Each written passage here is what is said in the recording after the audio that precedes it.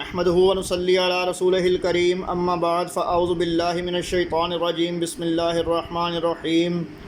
تمام دیکھنے والے میرے دوست حضرات، میرے بہن بھائی جو بھی مجھے دیکھ رہے ہیں، سب کو میری طرف سے السلام علیکم ورحمۃ اللہ وبرکاتہ۔ امید کرتا ہوں سبھی خیر و عافیت سے ہوں گے۔ آج میں آپ کو وضو کے بارے میں بتاؤں گا۔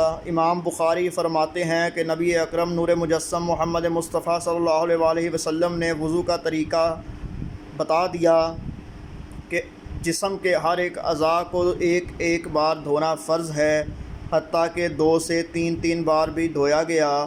علماء اکرام نے فرمایا، میں آپ کو اب تشریح میں سمجھانے لگا ہوں کہ علماء اکرام نے فرمایا 2 بار اور 3 بار، 1 2 اور 3، حد 3۔ اس کی وجہ، ایک بار دھونے میں اگر آپ کو پتہ ہے، پختہ ہو گیا ارادہ کہ آپ نے ایک دفعہ فار ایگزامپل کہ آپ نے اپنا بازو دھویا کونی تک، ایک بار میں ہی آپ کا سارا بازو گیلا ہو گیا ہے، تو وہ ایک ہی کافی ہے۔ 1 میں نہیں تو 2 میں، 2 میں نہیں تو 3 میں۔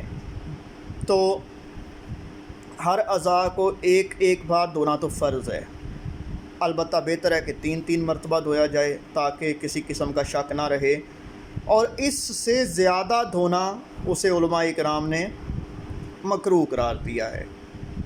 یہ بہت سے لوگوں کو مشکلات تھیں کہ آخر اگر 3 دفعہ نہ دھو سکیں، 4 دفعہ دھل جائے، چوتھی دفعہ بھی پورا نہ دھل سکے بازو یا منہ یا ہاتھ، تو 5واں دفعہ دھل جائے۔ تو میں نے سوچا کہ میں آپ کو یہ بتا دوں، تو آپ دعا فرمائیں اللہ تعالیٰ مجھے حق بیان کرنے اور آپ کو سننے کی توفیق عطا فرمائے۔ وما علینا الا البلاغ المبین۔